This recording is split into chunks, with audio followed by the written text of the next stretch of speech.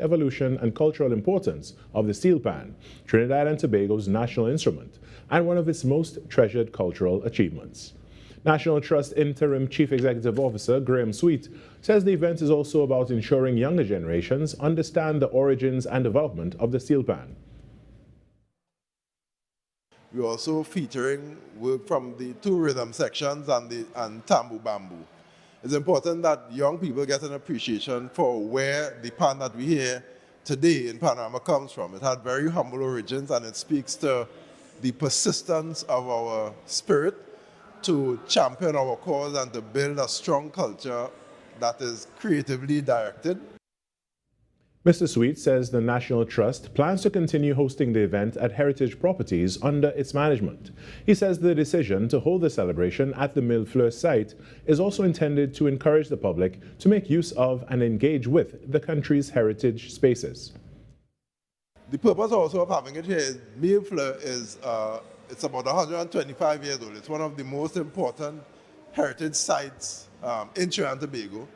And we don't want people to feel like it is something on the shelf that they must only look at from outside. We use a principle called adaptive reuse, whereby we host different types of activities and allow third parties to come here.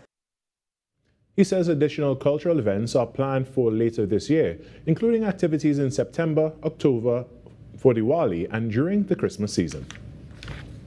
In sport, Trinbago Knight Riders began their title defense on a winning note, securing a 19-run victory over the St. Kitts and Nevis Patriots under the Duckworth-Lewis Stern method in a rain-affected encounter at the Honest Vale playing field in St. Vincent and the Grenadines. The match was interrupted twice by rain, but the Knight Riders held their nerve to emerge victorious and opened their campaign with an important win. Sunil Narayan starred with the ball for the defending champions, taking 3 for 7 and removing Kyle Mayers with the first delivery of the innings, as the Patriots slipped to 16 for 3. Kevin Wickham's 38 provided some resistance, but disciplined bowling from Terrence Hines and Dominic Drakes restricted the Patriots to 109 for 9. In reply, TKR lost Alex Hales and Colin Monroe inside a power play before Joshua Da Silva and Matthew Bretsky steadied the innings. Da Silva retired hurt on 18, while Bretsky remained unbeaten on 35 as TKR reached 94 for 2 after 15 overs. With the Knight Riders comfortably ahead of the DLS par score when rain returned, play was called off, handing the defending champions a winning start to their campaign. And that's what's making the news at this time. But joining us right now, it's none other than Virmala Balkaran, the host of Trinidad and Tobago Today. Good morning, Virmala. Good morning. I like being introduced as none other than. Like you know that. Of course, there's only one Virmala, never two. I have never two.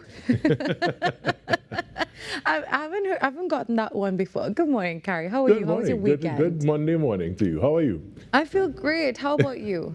I am excellent. You know, it's the start of a new week. Yeah. You know, we start off fresh, we start off ready, and you know, we just want to bring positivity to everyone that we interact with this weekend. You know, just get grinding on our goals.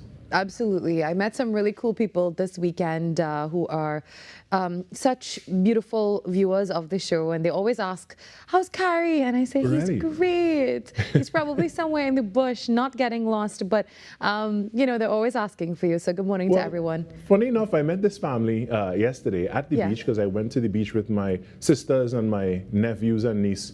And I met the Sedan family, and we had a good chat about, you know, they watch the morning show every morning. They keep track of all the adventures for right here.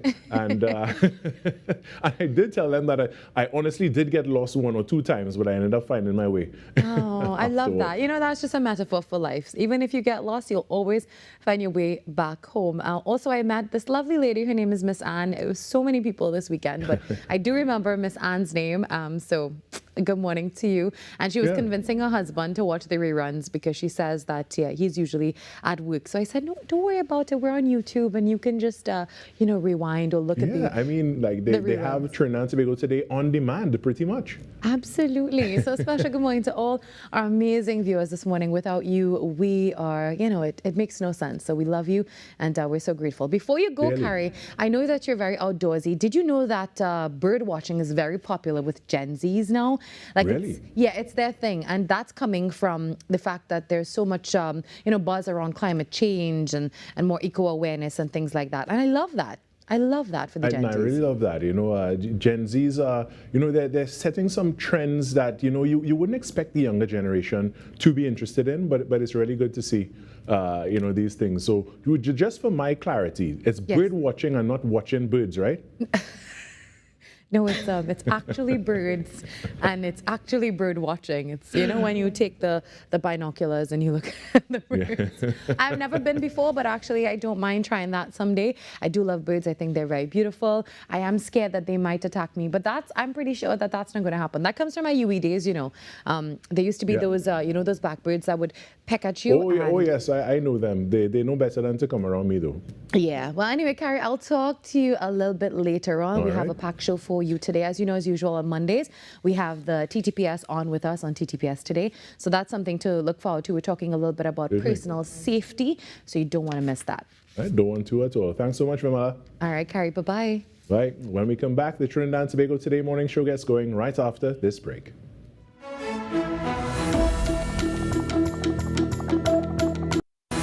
Your stories, your communities, your country. TTT News is everywhere, on the ground, across Trinidad and Tobago, and on every smart device. TTT News, nightly at 7. TTT News, committed, accurate, relevant.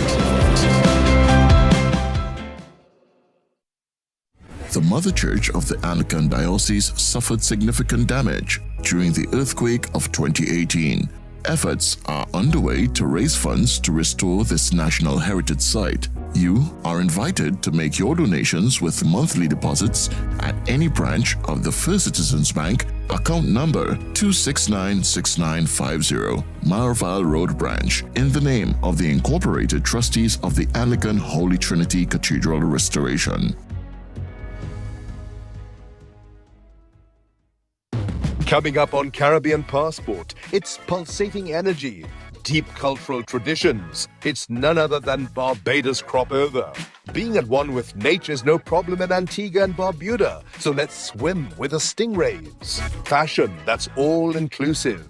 And Caribbean tourism is at the forefront in Guyana. Be viewing Caribbean Passport as we explore the beauty of our region, right here on this station. I'm Jamila Bannister, host of the Socially Safe podcast, the new TTPS podcast where we share real stories, teach real lessons, and create real impact.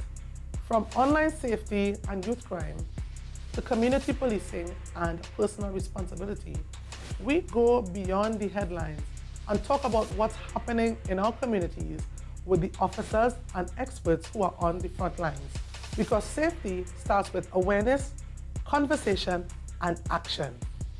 Tune in to the Socially Safe podcast on the TTPS YouTube channel, listen on Apple Podcasts, and on Spotify. Don't miss it. Watch on TTT, Mondays, 6 p.m., Tuesdays, 1:10 p.m.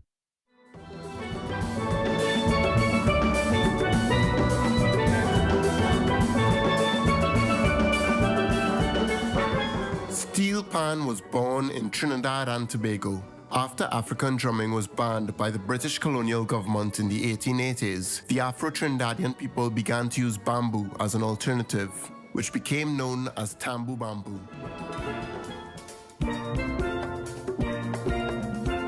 We welcome you to the sound of Trinidad and Tobago. This is the story of Panas.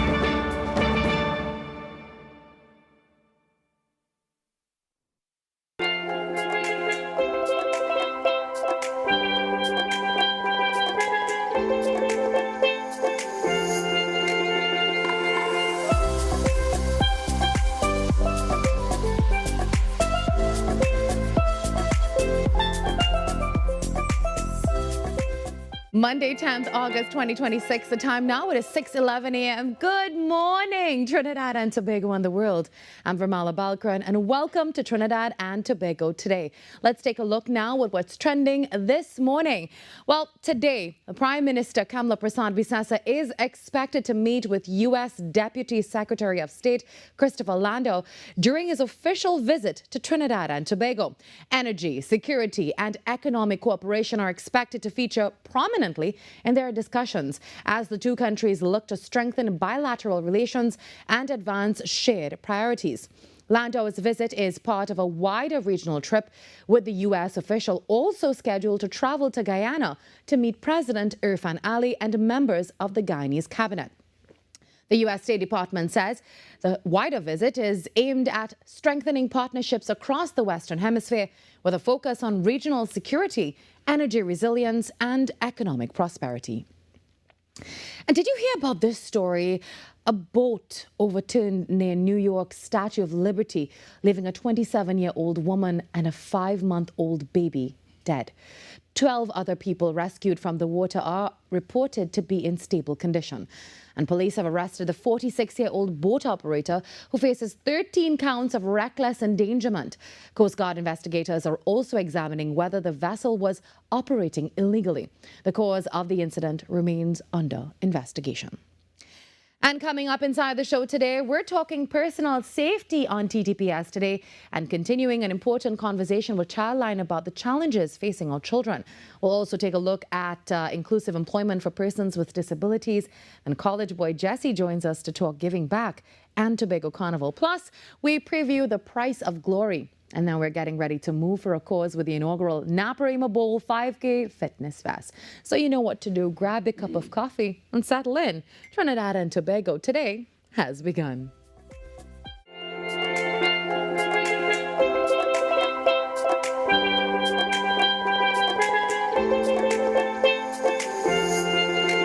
The plays that shake the arenas.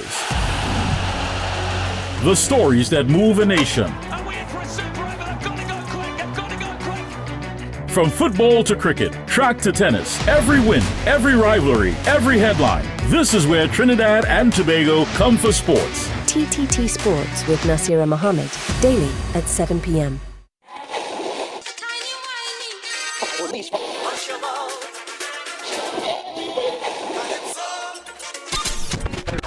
Since 1972, one sound has been living in the heart of Trinidad and Tobago, the longest running radio station in the nation. We're your holiday soundtrack, whether it's on your day off, long drives, or house lives. We are always sweet. This is music with meaning, music with memories. Music that feels like home. And it's not just the songs, it's the voices you trust, personalities you've grown with. Laughter that sounds familiar. This isn't just radio, it's tradition. It's memories. It's part of who we are. Sweet 100.1 FM, the rhythm of our identity, part of your family. Always 100, guide you on your way. Sweet 100, sweet 100.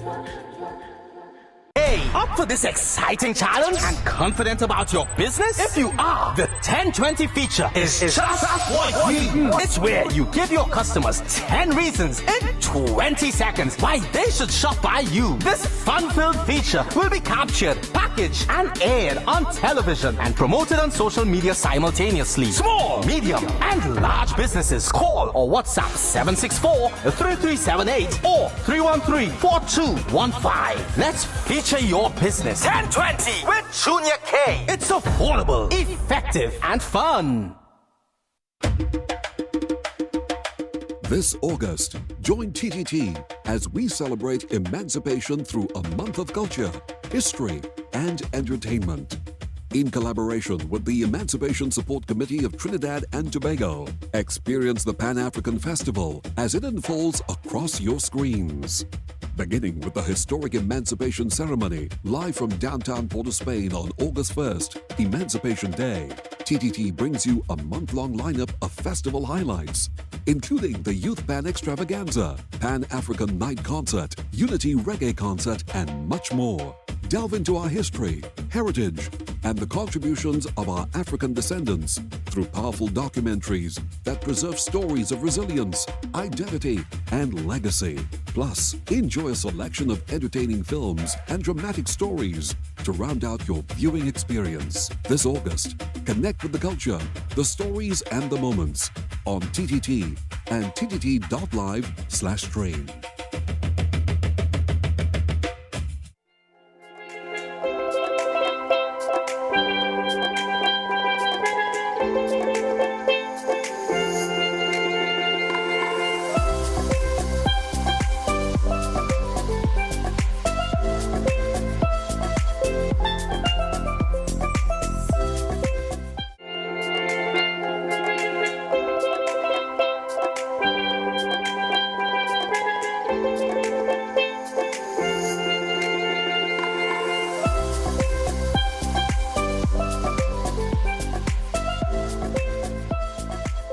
Well, we start the week on a triumphant high. What a historic moment for Trinidad and Tobago. And this morning, we're celebrating the Calypso girls who have brought home the nation's first ever netball gold medal at the Central American and Caribbean Games in Santo Domingo. The team went undefeated throughout the tournament, capping off a remarkable campaign with a 56-49 victory over regional rivals Jamaica in the gold medal final. And this landmark achievement marks a new chapter for Trinidad and Tobago netball. And joining us this morning via Zoom, we have head coach Lizelle Johnson and also athlete Micah Bramble. Good morning, ladies, and congratulations. Good morning. Thank you. Now, first off, what does this gold medal mean to you and the team, Lizelle? Well, for us, the team, the gold medal means a lot to us. It's a result of commitment, dedication, and also sacrifices to get to this point. We came up against Jamaica with a clear goal in mind to win, and we actually achieved that, which is really good for us. I'm extremely proud of the team, and it also means a lot, as we all know, to Trinidad and Tobago with respect to netball. Now, you went through the tournament undefeated. What do you think was the biggest difference in this team? This team is more consistent and they believe in each other, right? It allows the group to be stronger. They work past whatever obstacles were placed before them, and they were also able to stick to the goal at hand. Now, Micah, what was the atmosphere like within the team throughout this tournament? The atmosphere throughout this tournament was honestly pure vibes, plenty laughter, a little bit of tears. We had a lot of fun moments and moments where we had to stop and regroup as a team just to ensure that everyone was on the same page and to focus on the main target, which is winning the competition. But honestly, I think this is one of the best tournaments I had so far. Lizelle, take us into that final against Jamaica now. What was the message to the players going into that game? The message was simple: trust yourself and trust your team. We know that Jamaica would have been a very hard team to come up against. So we had to ensure that the players remained composed, that they were comfortable. As Micah mentioned, the atmosphere was really good within the camp. That was needed. We also allowed them to be able to freely express themselves. You saw a lot of social media, TikToks and stuff coming out of the team, right? And we also had a plan. So we ensured that no matter what, that they stuck to the plan and executed it to the T. Ladies, I do believe we have a little video now that we would like to show. So let's take that in. Everything that I think of, greatness is what we are breaking. It was electric. Surreal. I haven't played for 10 years. So I just wanted to be a legend for my daughters, for the kids who are coached, for my community, to be an inspiration for them, to let them know that country girls could do it no matter what, especially as 40 years. Exciting. Epic. Exciting. Excited. Phenomenal. It's been a very long road back. I gave up a lot to come out of retirement for my country, and I'm just really emotional right now because very few persons know what I went through. This one is for God and my family who brought me back from literally nothing. So when you go hard, I don't even know, boy, but for country, boy, for country. Privilege. Overwhelming. No words to describe tonight's game. None at all. I'm just grateful to be here.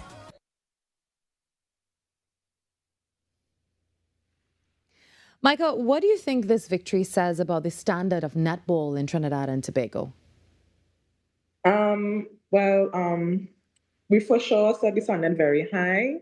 I mean, for us as a group, bringing home the first CAC gold medal for netball. So I think that would definitely go down in history. So I think that the world could finally, see that the athletes in netball what truly capable of. Yeah. Coach, how do you build on this success now and really keep the momentum going? In order to build on this success, I think that we need to be able to pull in a lot of younger players. That's the first thing in order to allow the sport to expand, because continuation is a key. This success set these pathway for persons to appreciate the sport more and to be able to appreciate the talent, the wealth of talent that it has within Trinidad and Tobago when it comes to the sport of netball. The growth and expansion is basically based on now the association and the technical staffs assigned to each individual team at levels to allow the sport to advance. Yeah. Now, you also led at every interval. How pleased were you with the team's ability to maintain that control? I'm extremely pleased with the team. Coming up against a team of such quality as Jamaica and be able to consistently maintain a lead is a really good plus for this team in particular. It shows composure and discipline within the team dynamic itself. There were moments when the Jamaican team came really close to us and the girls dug in and were able to refocus, settle, and maintain what they need to do. Mm-hmm. Now, what does this win do for the confidence of this group going forward, ladies? I think this group is extremely confident. They know the task ahead of them, which is to continue on the trajectory to maintain a lead at all times once they can within tournaments, and to also be able to work together as a team. Once that is done, I believe that this team and other teams going forward would be successful. Micah, what would you say to the young girls this morning watching this team and dreaming of representing Trinidad and Tobago one day? I have a little quote that motivates me when times seem hard, and I say that we cannot become what we want by remaining what we are. So simply, if your dream is to represent Trinidad and Tobago one day, you have to do the work, you have to make sacrifices, and eventually you could probably wear Trinidad and Tobago across your chest.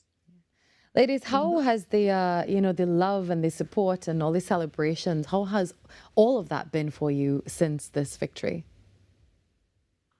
For me, nothing but amazing. This is the first time that Trinidad and Tobago have ever won a gold medal, so nothing but greatness. Yes. Yeah. And what about you, Coach? It has been a lot of mixed emotions, a lot of mixed feelings, because entering the tournament, initially the team was not considered as winners. So it's good to see that we actually changed that narrative to show that this team can indeed win and will continue to win once granted the opportunity to do that. And the mantra that I tend to give to this team, as always, is never give up, because great things take time. And Coach, for years, TNT has had a really proud netball history. What do you hope that this medal really does for the sport and for the next generation of girls or young girls who are watching? I hope that this medal motivates them to regain that love in the sport of netball. I don't think that netball receives the accolades that it needs based on the history in Trinidad and Tobago. And coming out of this tournament, I hope that the sport is able to regain that confidence and faith that is needed for young athletes to be able to come to the sport more, young girls in particular. I know the sport has been given out to men also, but mainly like young girls, so they can now see opportunities for themselves to play internationally and to become possibly a person of recognition within society. Mm-hmm. Ladies, you've made history and bringing home this gold. What's next for the Calypso girls? Well, we have another tournament in roughly, I believe, 6 to 8 weeks. So we are on a break right now because the team needs to rest and recuperate. And we are heading back to the drawing board with focus in mind for this tournament, which would be qualifiers for World Netball qualifiers.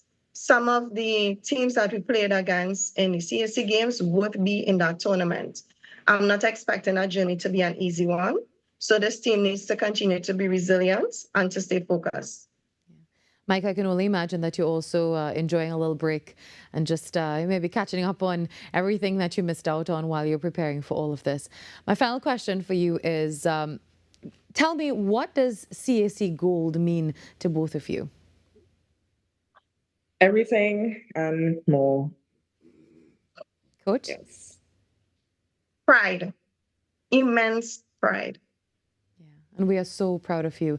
And we are very grateful for all of your hard work and for bringing home the gold. So we really appreciate all that you do. And we look forward to seeing more success and all the victories coming from you. Thank you, ladies. Please convey our congratulations to the rest of the team as well. I know we were supposed to be joined by, I believe, Khalifa. And Khalifa could not be here with us this morning. But again, thank you very much. And have a beautiful day. And we look forward to seeing more success.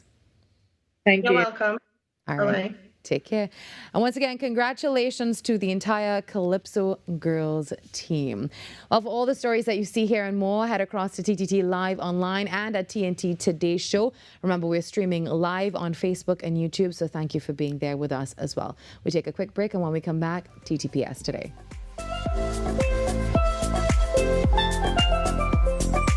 Every client deserves expertise, integrity, and guidance they can trust. At Camino Realty International, we deliver integrated real estate solutions, sales, rentals, property management, and project development.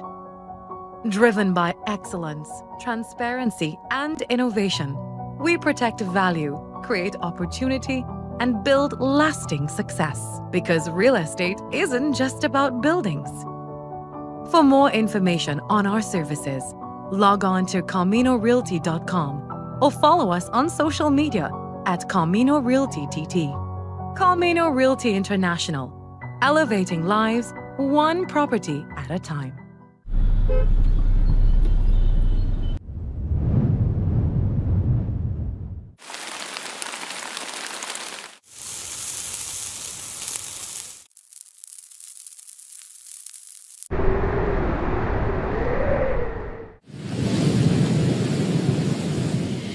Whatever the skies bring, stay prepared with TTT Weather. Committed, accurate, relevant.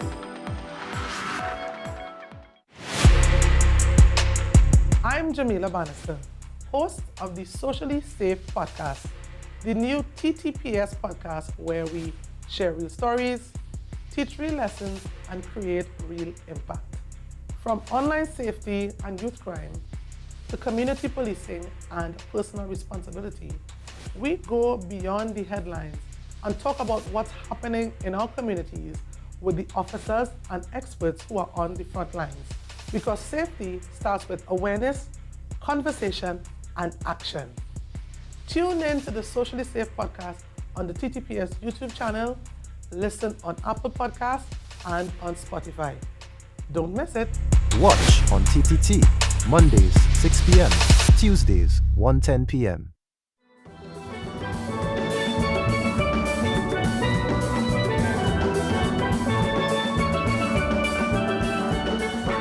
Steel pan was born in Trinidad and Tobago. After African drumming was banned by the British colonial government in the 1880s, the Afro-Trinidadian people began to use bamboo as an alternative, which became known as tambu bamboo.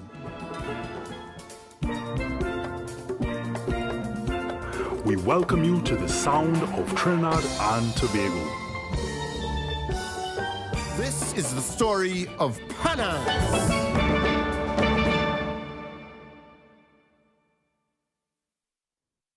TTT News, every night at 7. TTT News, committed, accurate, relevant.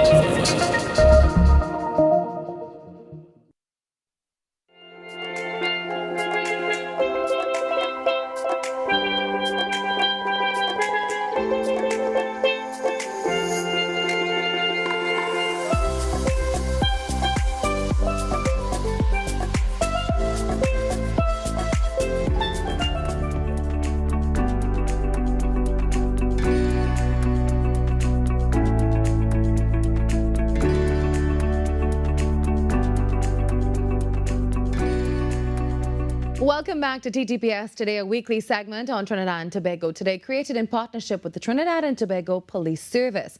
And every Monday, we sit down with TTPS Media Ambassador Sergeant Devon Dragroup to break down the law, answer your questions, and discuss the issues that matter most, from crime prevention and public safety to your rights and responsibilities as citizens.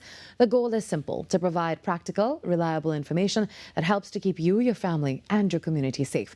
Now, today's focus is staying safe at home while conducting business and on the streets. Sergeant Dragroup, good morning and welcome back. Good morning. So let's start at home this morning. What are some of the simplest things that people can do to make their homes less vulnerable to criminals? Well, before we begin, let me first say we would like all persons to be mindful. You have to stay alert, be prepared, and always keep your attention up when it comes to being at home. It's not about living in fear so much, but it's about paying attention for possible potential risks. So obviously, when we are talking about being at home, we look for security in our homes because everyone believes that your home is your castle. So there are quite a few things that we can look at that would help persons to secure their castle. Keep the doors locked even when you are at home, because some persons often believe that because they're home, nothing can happen.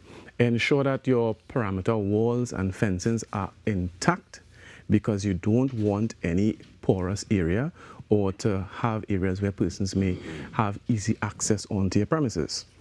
Don't let strangers into your yard. There's a tendency when persons may visit your home, you might not know them per se, but you open your gate and let them in. We have to refrain from things like that. If you can, you install functioning CCTV cameras and an intercom. So it eliminates the fact that you are coming outside of your home. You can actually address the person from inside. Yeah? And always pay attention to some of the things that you have in your yard. For instance, persons tend to leave ladders, old furniture, things that persons could use to climb. You need to get rid of those things from the parameters of your home. Are there any common habits that we have, like perhaps we leave the gates open, or we have a tendency to post when we're traveling, and people can find out, hey, it's like the Home Alone movie, that situation, knowing that someone has left or the entire family has left. What are things that we do that can unintentionally compromise our security at home? Yes, that is a very valid point. Some persons, well, everyone feels that they need to share how good their life is going. Yeah. So they may go on social media and, set like pre-images of where their destinations would be. So you need to remove that concept from your head totally, because people pay attention to your every move, especially ones that have ulterior motives.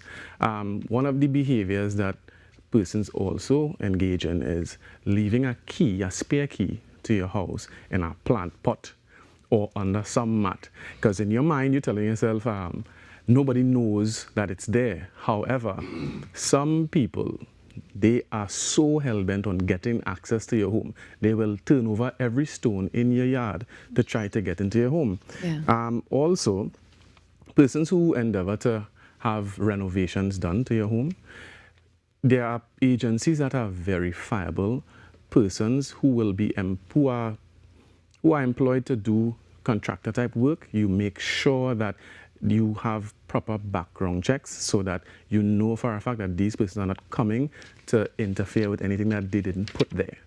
Yeah. If we see a suspicious person or a vehicle repeatedly around, a home or a neighborhood, what should we do? Right. So first things first, trust your instincts. Right? If it seems wrong, then you know it's probably something that is wrong. So get yourself at a safer, advantageous location in your home and at a place where you could actually view the vehicle or the persons. Then take information. If it's a vehicle, registered, the registered plate number, the make and the model. If it's persons, take information as it relates to their body structure, their height, what they were wearing, and which direction they were going. And immediately call the police. Let's talk about people conducting business now, particularly those handling cash. What precautions they should take when opening or closing or even making deposits? All right, so business places often have a lot of human traffic, pedestrian traffic that is. So you have to pay attention to persons who may be in and around the business place that are observing. You will see it. They are actually in the business place, but they're not actually buying anything, but they're just looking at probably where the entrance is, where the cashier is, what are some of the transactions that are going on. So you have to be mindful of that. Secure the entrances, like to the main entrance, the car parks, all these things. Ensure that there are CCTV cameras as well, so that if you need to go back and review footage, it'll be there as well. Avoid predictable routes. Some people use the same route all the time. Home to business place to bank. Mix it up. Make sure that you're not predictable. Okay. Yeah. Well, also small business owners may not always have security personnel. You know, it can be hard, especially when you're now starting up. What are some basic safety measures that they should always have in place? Basic safety measures for persons who have small businesses. You should try your best. And let's say you have a cash register, clear the register regularly. Make sure you don't keep any large amounts of cash at the register. Use a safety drop box. And as I said earlier, you may want to make trips to the bank or to some financial institution, use varying routes. Yes. Yeah, and if at all possible, someone that you can trust, have them accompany you to those locations so that you can pay attention. Because while you focus on the road, yes, that person can also pay attention to if you are being possibly followed, and that would also give you some type of time to respond depending on the situation. If you are being followed now, what should you do? Right. So if you are in a vehicle and you're being followed, first things first, you have to make sure that you're being followed. So if, let's say you're driving along a certain route, make a couple similar right turns. And if you notice that the vehicle is still following, then maybe you're really being followed. Yes. At that point in time, you contact law enforcement and give them real-time information as you go along, and also try your best to make your way to the nearest police station. Also, you don't want to make some right turns into a dead end or anything like that and corner yourself in. Of course. So responsible right turns as well. Yeah. So let's talk a little bit about personal safety now. So when we're walking on the streets, what are some of the things that we should be a little bit more conscious of, especially, you know, where we're using our phones, or sometimes we're wearing headphones or AirPods or anything like that. And, you know, we need to be a little bit more vigilant. Yeah.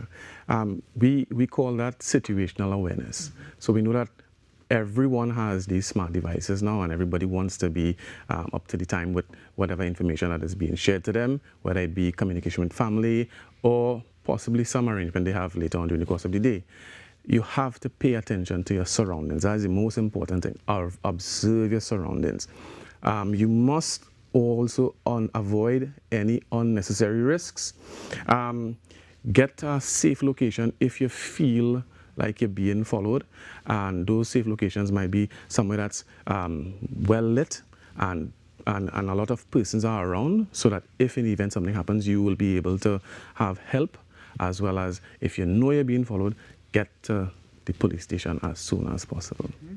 And in the unfortunate situation now where someone is confronted by a robber, what is the safest way to respond? The safest way to respond is do not attempt to do anything. Stay calm. Your life is more important than any device, any cash, or any electronic item. Then whatever demands they give, stay calm, hand it over to them, keep your hands visible so you don't want to startle them and then something happens. And try your best to capture little notes as you go along, like a facial feature, what they're wearing, and as soon as they go, get to a safe place and contact the police. So, Sergeant Agrip, you've spoken about the importance of situational awareness, whether at home, on the streets, or, you know, even conducting business, and the precautions that members of the public can take to to, protect themselves. But we've also heard now about the proposed mobile police units. So let's talk a little bit about that. How can these units strengthen the TTPS's ability to really provide safety and security for members of the public, and particularly areas where a fixed police post may not be immediately accessible? Yeah. Well, if you give me a moment, I'll use my notes and I'll explain to you what that is about, right? So situational awareness starts with visibility, and that's exactly what these mobile units bring. They are positioned using real crime trends, data from the Crime and Problem Analysis branch. Officers are present where risk actually is, helping citizens stay alert and respond faster because help is close by. These units bring a police presence directly into residential communities that never had one before. That proximity changes the picture. Officers are minutes away instead of a long drive, and residents can report suspicious activity earlier, and that early reportings is the heart of situational awareness. In cases of businesses, situational awareness means threats, they recognize threats before they escalate. And a nearby mobile unit gives them a direct, fast point of contact instead of hesitating. Something is worth the call, and the access to making reports is more accessible. Thank you for that. Now, finally, Sergeant, if you could give us maybe 3 simple safety habits to practice every day, whether we're at home, at work, on the streets, what would those be? Safety is everybody's responsibility, and one simple thing we can do to protect ourselves is to be aware of our environment. So the 3 things I could suggest: if you see it, assess it, and act safely. Thank you very much. Safety really comes down to awareness and preparation and not taking our surroundings for granted. So we really are grateful for this conversation this morning. Thank you, Sergeant Devon Jagrup. And we'll see you next week. We'll do this all over again. Thank you. Right. That's it for this week's TTPS Today on Trinidad and Tobago Today.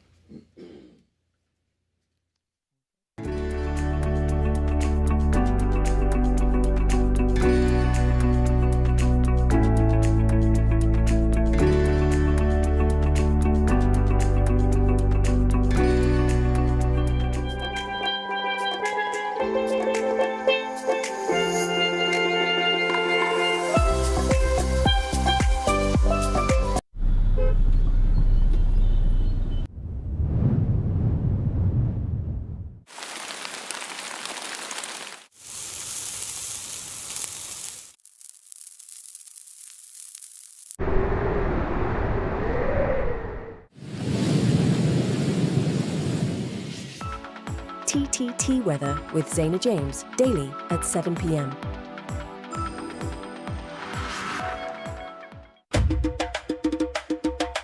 This August, join TTT as we celebrate emancipation through a month of culture, history, and entertainment. In collaboration with the Emancipation Support Committee of Trinidad and Tobago, experience the Pan-African Festival as it unfolds across your screens. Beginning with the historic Emancipation Ceremony, live from downtown Port of Spain on August 1st, Emancipation Day, TTT brings you a month-long lineup of festival highlights, including the Youth Band Extravaganza, Pan-African Night Concert, Unity Reggae Concert, and much more. Delve into our history, heritage, and the contributions of our African descendants through powerful documentaries that preserve stories of resilience, identity, and legacy. Plus, enjoy a selection of entertaining films and dramatic stories to round out your viewing experience. This August, connect with the culture, the stories, and the moments on TTT and ttt.live/stream.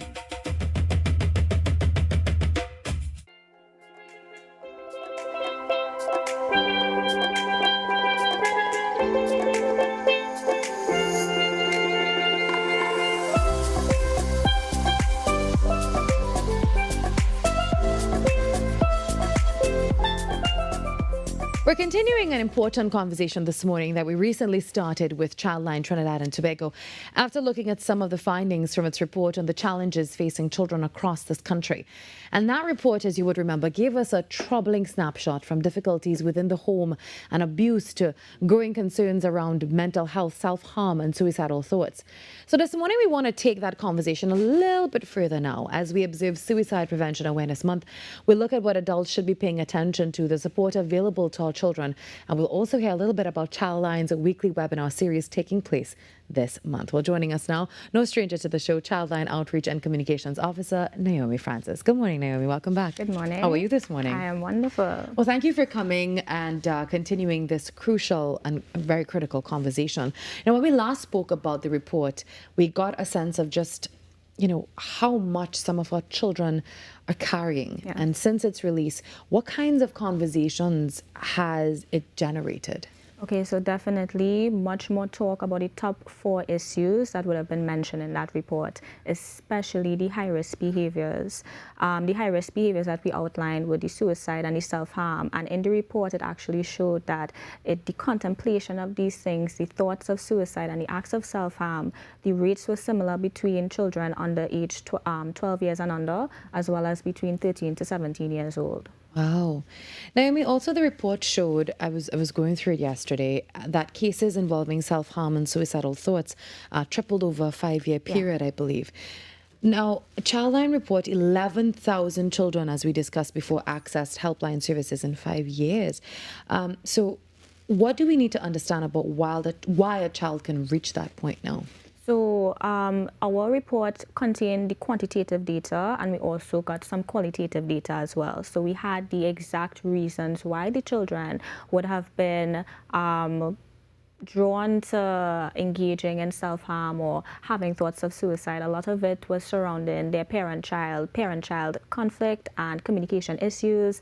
A lot of it stemmed from acts of bullying, grief. A lot of them are going through grief because of the violence or just the circumstances that would occur naturally in life, amongst other issues. So with the increase of these issues, we see a lot of increase with the suicidality and the self-harm.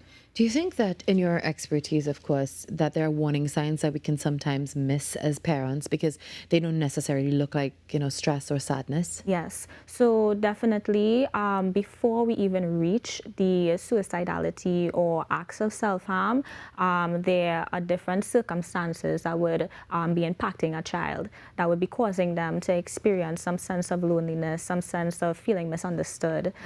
So when a child withdraws from their daily activities, when they withdraw from the people that they usually hang out with, when they even withdraw from their family in general, when they start to spend more time by themselves, when they start to speak less, when they start to smile less, right? These are all things that are not definitely correlated, or you would say, okay, well, my child is suffering from such and such, but these are things that are worth noticing. And if we're able to engage with our children before these things persist over a long period of time, we actually stand a chance of addressing issues like self-harm and suicidality before they occur. I mean, sometimes adults may dismiss what a child is going through because they would say, okay, well, that's a small problem. What problem do you have? Look at your age, you have everything. And we tend to dismiss that from an adult perspective. That can be damaging, right? Yes. So we definitely encourage parents to not use their childhood experiences, their own childhood experiences, yes, as like a measuring stick to what children should be allowed to find difficult or should be allowed to see as a hardship. When parents do this type of comparison between themselves and their children and what they would have gone through, it could be valuable at times, but depending on the way that it is approached, it could minimize that child's experiences and it could invalidate their experiences, and it could cause a disconnect between the parent and the child. So we definitely encourage parents to just seek to listen to their children, and even if they may not understand what is going on, you don't need to fully understand in order to try to engage with a child. So I know Childline is really focusing on suicide prevention awareness as well. So what would you like families to understand about having those difficult conversations about, suicide and mental health with children? Okay, so definitely parents as well as teachers and other adults in the life of a child, we want them to engage with the PAUSE acronym. So there's a PAUSE acronym, and you start with P, so that means directly take a breath. So pause, take a breath before you engage in conversations like this, right? Don't come from a place of instinctive dismissal, don't come from a place of instinctive fear and confusion, which could derail such a sensitive conversation. So the first thing that we want parents to do, or teachers or any sort of adult, is to pause, take a breath, then ask the direct questions. Are you thinking about harming yourself? Are you going through something difficult? Is there a way that I can help? So ask and then go into understanding through active listening, taking time to hear what that child has to say, and then get into seeking support for them through professional means and ensuring that they remain safe. Naomi, for a child who may not feel comfortable speaking to someone at home now, remind us how Childline works and what happens when they reach out, or how they can reach out, I would say. So Childline is available 24/7, 365 days a year. You can contact us at 800-4321. We are available on call. We are available through text, through our website at childlineTT.org, or through the My Childline app.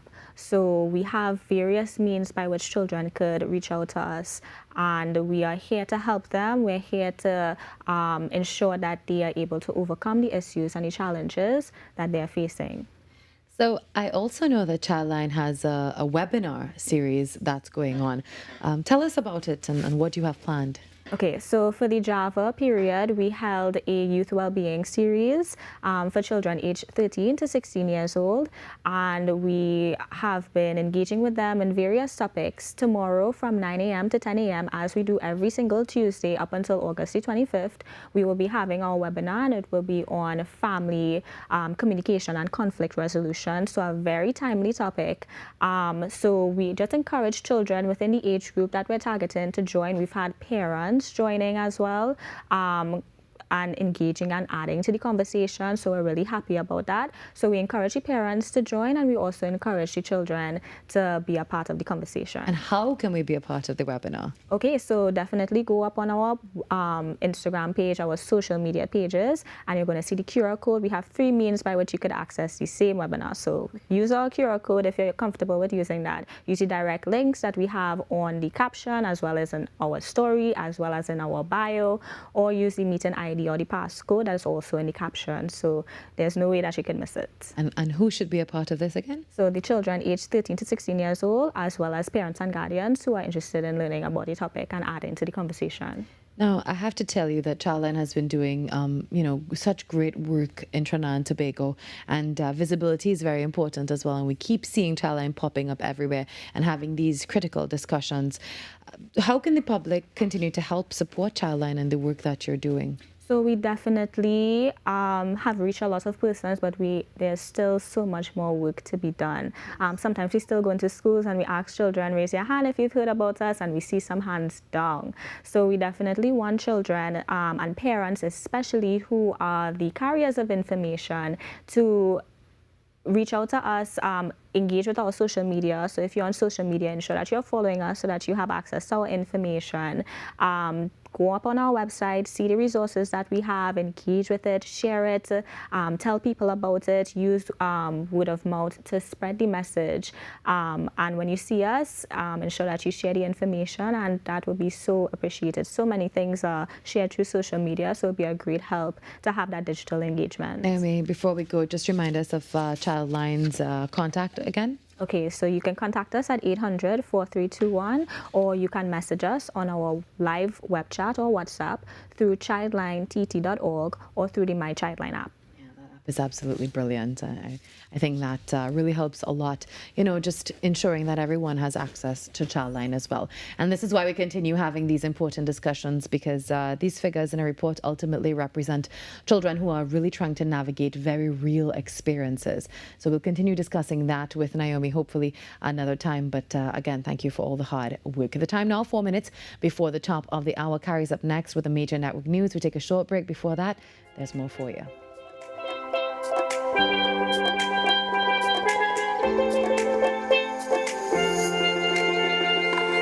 The plays that shake the arenas. The stories that move a nation. From football to cricket, track to tennis, every win, every rivalry, every headline. This is where Trinidad and Tobago come for sports. TTT Sports. Committed, accurate, relevant. Why is Talk City 91.1 FM the leading talk station in Trinidad and Tobago? Because nobody delivers conversations like we do. Start your mornings with Ground Report. Andy Pitbull Williams, Lennox Smith, and Nigel Snipes setting the agenda from 6 to 9 a.m. Then it's Off the Record with Stefan Reese and Mr. X, Fearless Talk, and the issues everybody's discussing. Stay connected with Sharon. Take it front with Officer Shabadi. Go beyond limits with Roland Stewart. Drive home with Heavy Duty and David Welch on Under the Radar. And wrap up your day with Kingsley and OB on The Wrap Up. Real talk, real people, real Trinidad and Tobago. Listen live on Talk City 91.1 FM and follow us on social media, Facebook, Instagram, and YouTube. Talk City 91.1 FM, the #1 talk station in Trinidad and Tobago.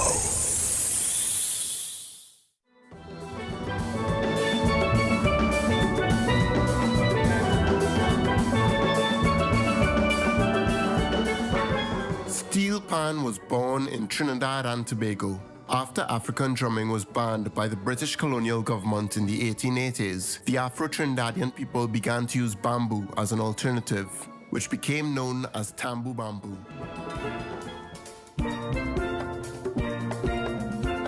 We welcome you to the sound of Trinidad and Tobago. This is the story of Panas.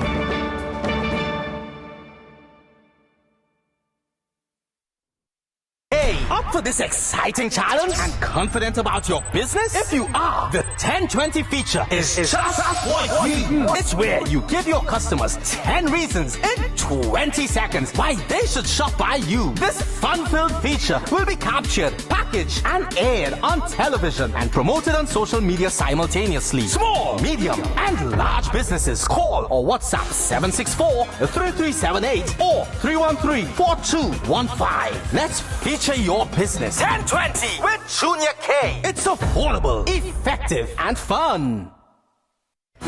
Your world moves fast, so do we. TTT News brings you the people, events, and issues that matter most. Stay informed, stay ahead. TTT News, every night at 7. TTT News, committed, accurate, relevant.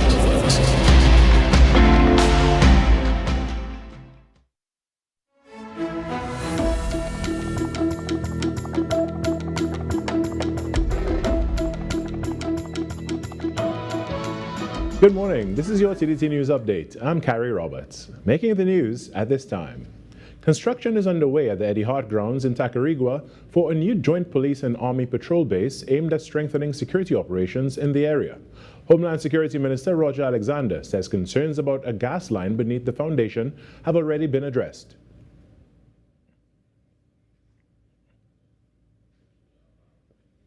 Someone is saying that there's gas line here running. I think we have already, the National Gas Company have addressed this already. So I don't see, there's no reason for me to go and speak to it now. That has gone. It went. Minister Alexander says the project is part of a wider effort to provide greater public safety, not only at the Eddie Hart grounds, but in several communities. We are putting down the beginning of safety and security for our whole community. Even those who oppose it, they fall in this community. So we're looking at the highway, the bus road, the Eastern Main Road, Tacarigua, Lupino Aruca, El Dorado, St. Augustine. It's about providing public safety for people, and this is just one of many. The minister is also defending the project amid opposition criticism, arguing that the increased security presence will not only benefit users of the facility, but also provide added protection for businesses and residents in the surrounding communities. In other news, the Lacano Improvement Center hosted one of its regular community projects this weekend, providing residents with an opportunity to shop for a variety of goods, while giving local entrepreneurs and vendors a platform to showcase and sell their products. Director of Communications and Marketing at the Lacano Improvement Center, Dr. Cherise Navarro, explained that the center forms part of the Veronica Roach Legacy Project, an initiative inspired by her grandmother, Veronica Roach. Today is the marketplace. It is an artisan and entrepreneur market that we hold here once a month, usually the first Saturday, and it is open to both Lacano vendors and people from outside of the area. We really started this market as a way to encourage people in the community to create multiple streams of income for themselves. Dr. Navarro highlighted several features of the monthly fair, noting that it provides a marketplace for local vendors, artisans, and small business owners to showcase and sell their products. So we have free spaces, and they can, whatever they like to sell, if it's fresh produce, if it's clothes, if it's baked goods, they can get a space to do that. So we offer a wide range of items here, and you'll find a lot of them are artisan-made, handcrafted things, so stuff that you may not find just in a regular store. Dr. Navarro added that the center also offers resources, free educational courses, and other economic opportunities for the area's residents. In some sport now, Trinbago Knight Riders opened their CPL title defense with a 19-run victory over St. Kitts and Nevis Patriots under the Duckworth-Lewis Stern method in a rain-affected season opener. Stand-in captain Akil Hussein praised his team's discipline, all-round performance, commending the players for stepping up despite the absence of several senior and experienced members of the squad. He said the victory reflected the team's depth and ability to execute its plans under challenging conditions. Narayan opening the bowling, it's probably a shocker to them, but such a world-class player, you're going to expect those sort of performances from him. Yes, very proud of them. I thought what stood out today for those two, I think they were disciplined. Yes, we're definitely looking forward to those guys coming back. I mean, seniority, experience, world-class players, world-class performance. You always want those guys in your team, but I think we can be a really proud group today that, our bench is very strong as well. Our bench may not have experience, but our bench has discipline. And I think that's all you really need in this game. Names don't really play cricket. It's, what you do on the day and how you work on the day. And these boys did exactly that. They show that they're capable, they have the talent, they have the skill, and most of all, they have the mindset and the discipline to go out there and execute and do whatever the team needs. And that's what's making the news at this time. 1 hour down, and the second hour of Trinidad and Tobago is up next with Virmala Balkaran. Stay tuned.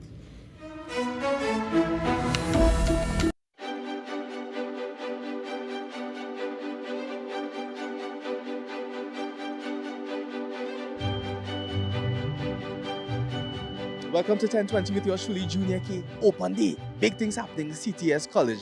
Joining me inside this challenging 1020, we have Charles, of course, MBA student and lecturer. Are you ready?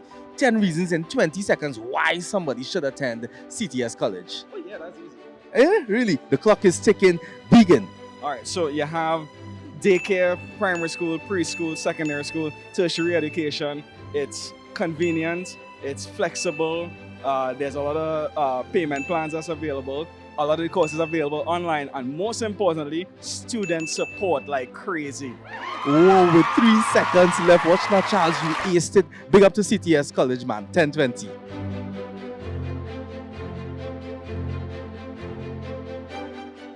Every client deserves expertise, integrity, and guidance they can trust. At Camino Realty International, we deliver integrated real estate solutions, sales, rentals, property management, and project development. Driven by excellence, transparency, and innovation, we protect value, create opportunity, and build lasting success. Because real estate isn't just about buildings. For more information on our services, log on to CaminoRealty.com or follow us on social media at Camino Realty TT. Camino Realty International, elevating lives one property at a time. This August, join TTT as we celebrate emancipation through a month of culture, history, and entertainment. In collaboration with the Emancipation Support Committee of Trinidad and Tobago, experience the Pan-African Festival as it unfolds across your screens. Beginning with the historic Emancipation Ceremony, live from downtown Port of Spain on August 1st, Emancipation Day, TTT brings you a month-long lineup of festival highlights, including the Youth Pan Extravaganza, Pan-African Night Concert, Unity Reggae Concert, and much more.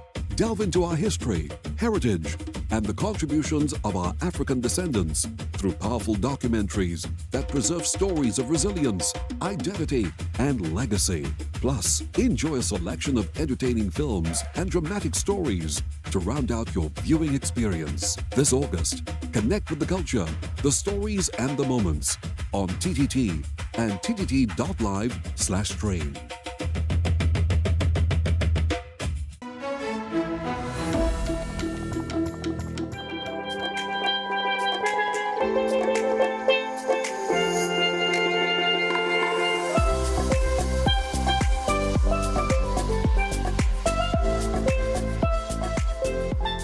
Welcome back to Trinidad and Tobago Today on TTT. Better Begins Here has been working to create more opportunities for persons with disabilities, particularly when it comes to something many of us can take for granted: the opportunity to work, earn an income, and contribute our skills. Through its Enable the Disabled initiative, the Tobago-based nonprofit works on both sides of the employment process, helping persons with disabilities prepare for the workplace while also helping employers recruit, onboard, and create environments where those employees can really succeed. The organization recently welcomed the Tobago House of Assembly's commitment to increasing employment opportunities for persons with disabilities across its divisions, describing it as an important step towards greater inclusion. And joining us this morning to tell us more about the organization, the initiative, and also what meaningful inclusion really looks like is a Better Begins Here founder, Wendy Hackett-Baird. Wendy, good morning and welcome. Good morning. Good morning, Carissa. Good morning, TNT, and all the viewers. Thank you for having me. Oh, Wendy, for someone hearing about Better Begins Here for the first time, tell us a little bit about the organization and why you started it.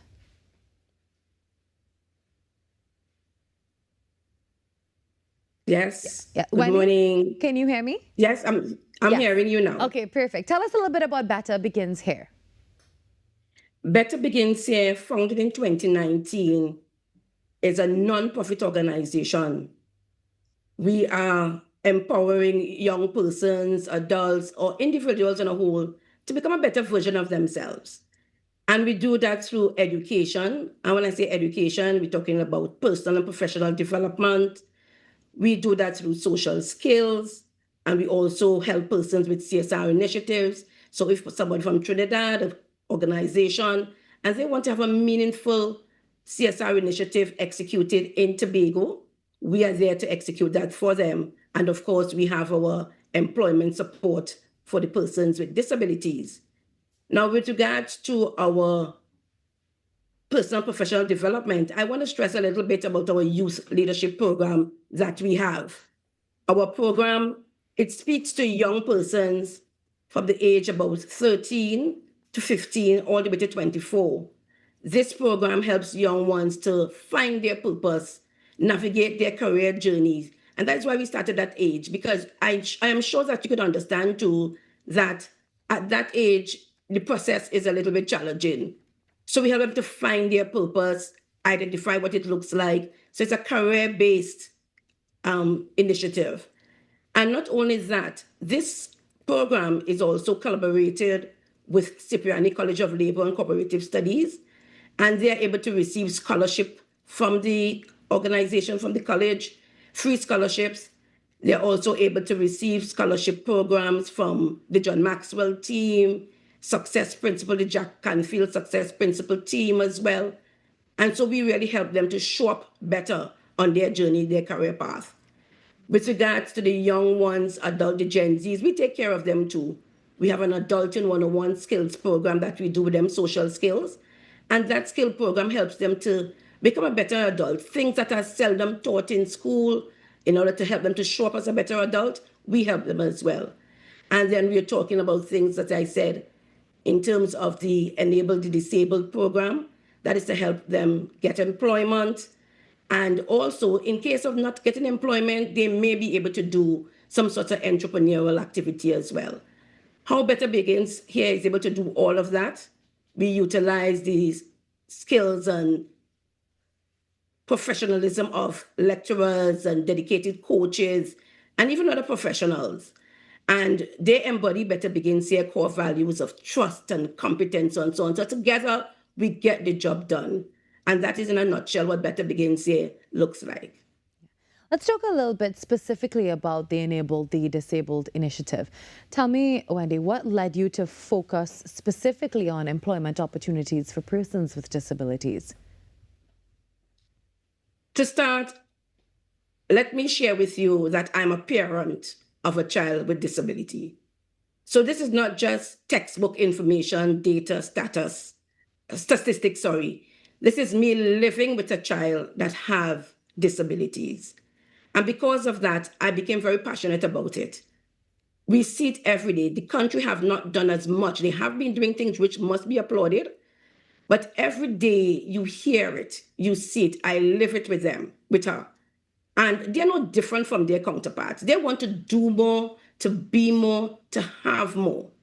And so that would have motivated me, along with other parents too, as well, hearing their concerns and so on, that they will want to have more for their children who have disabilities. And that area too is, in fact, one that has been locked off. It have not been tapped into. They can do more. They can be of a very much value to themselves, to the community, to organizations. And as I said, I am living with it. We have tested this and I'm hearing it every day. And that would have ignited that passion in me to say, listen, we can do more for this locked away, group of persons that have a lot to contribute to society. Your approach is very interesting, I realize, because you work with both the employee and the employer as well. Now, what kind of support does a person with disability receive through the the disabled? And on the employer side, what practical changes do you think is necessary? So to start with, what benefits, what do? We serve as the bridge. The Enable the Disabled program serves as that bridge that connects this employer with the employees. And so for them, the employees, they get to meet with us, the parents too as well, to chat, to hear what they like, what they don't like, what they want to do, what are their achievements, what are their passion. And so we actually work with them. We train them. We have done some work with them. We train them. Actually, we did training in safety, health and safety. We did first aid training with them.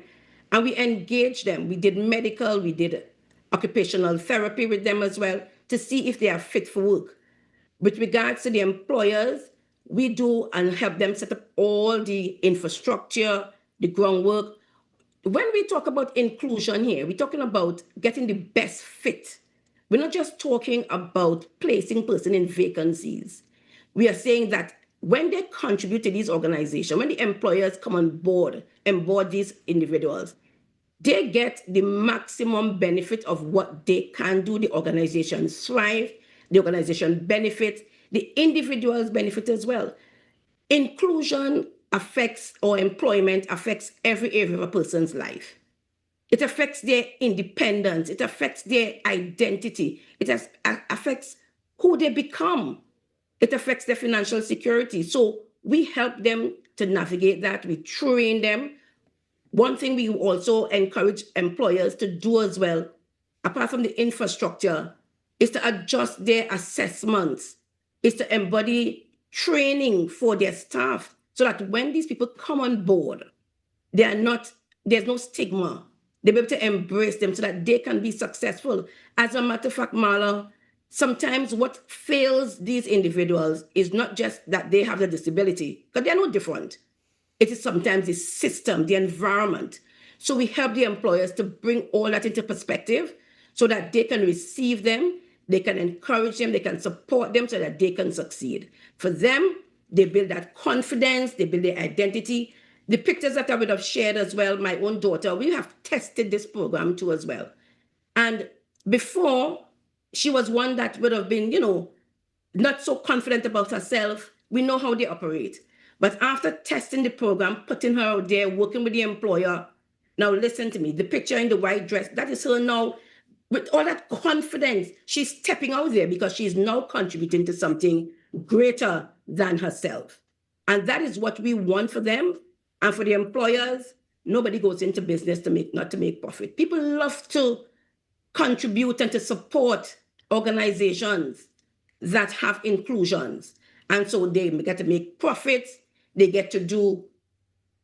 have persons who are not staying home from the job. They're not sitting at their cell phones, hiding behind aisles.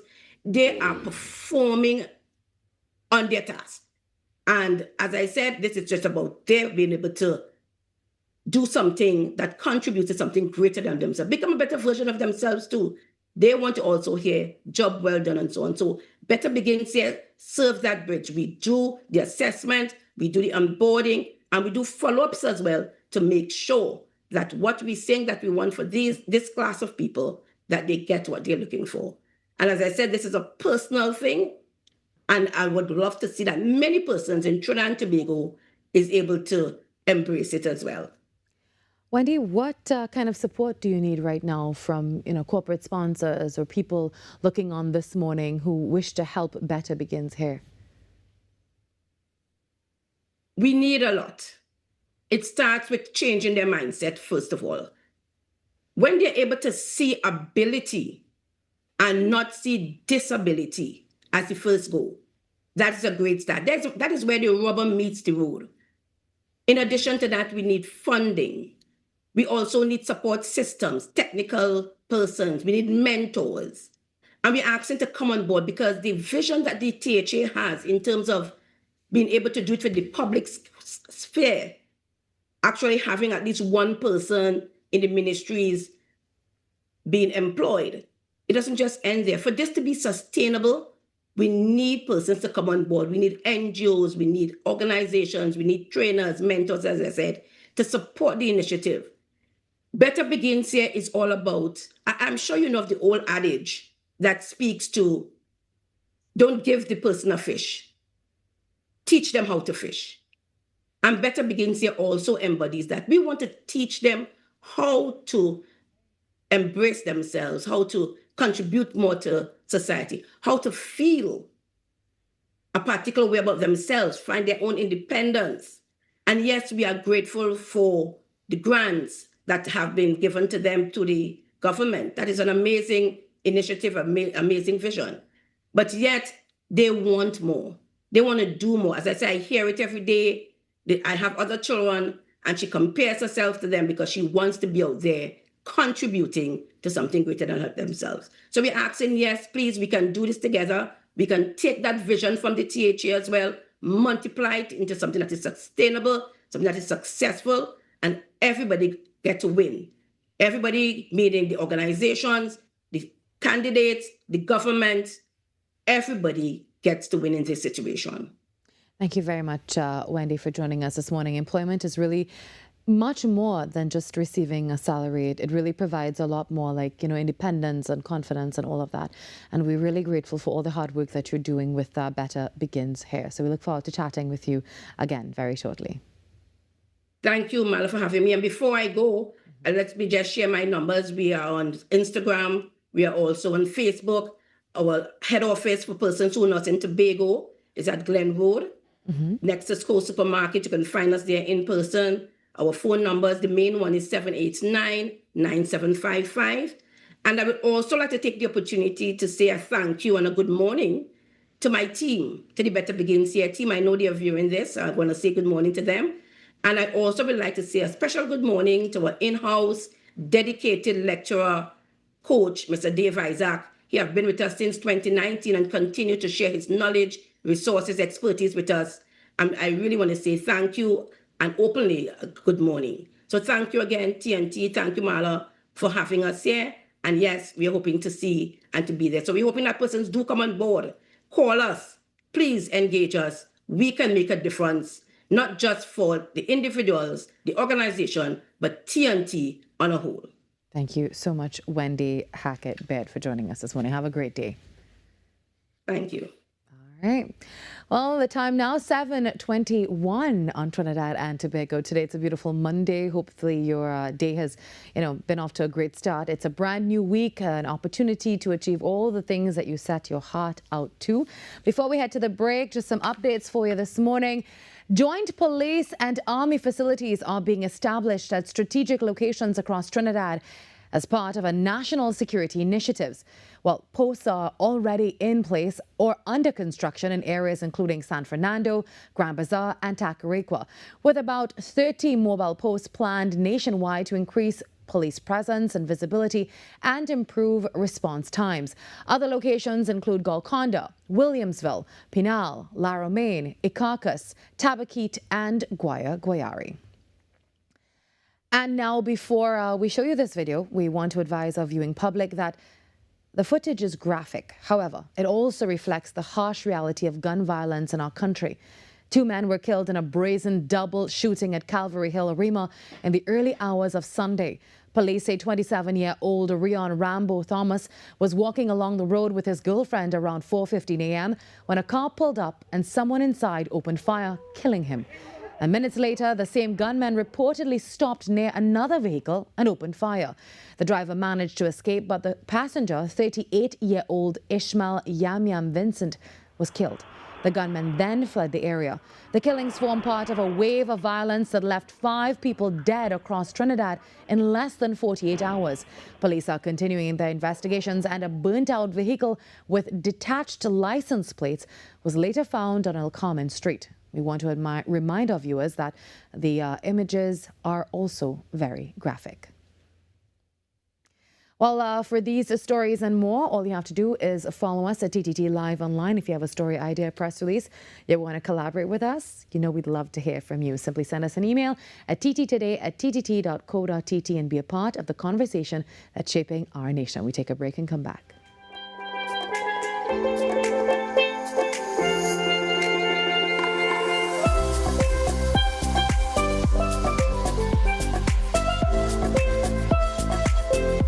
Your heart, brain, and body work hard every day. Give them the support they deserve with omega-3. Packed with essential fatty acids, omega-3 helps support heart health, brain function, and overall wellness.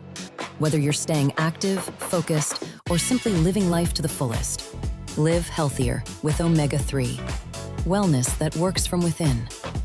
Tune in to Wellness Unlocked on TTT Tuesdays and Thursdays at 9:45 a.m. Every client deserves expertise, integrity, and guidance they can trust.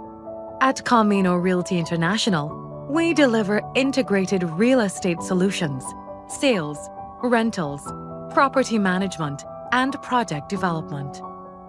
Driven by excellence, transparency, and innovation, we protect value, create opportunity, and build lasting success. Because real estate isn't just about buildings. For more information on our services, log on to CaminoRealty.com or follow us on social media at Camino Realty TT. Camino Realty International, elevating lives one property at a time.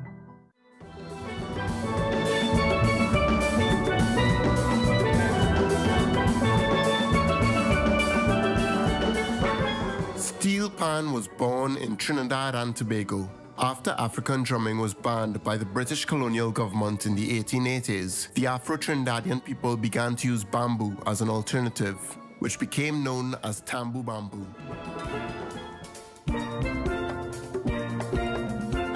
We welcome you to the sound of Trinidad and Tobago. This is the story of Panas.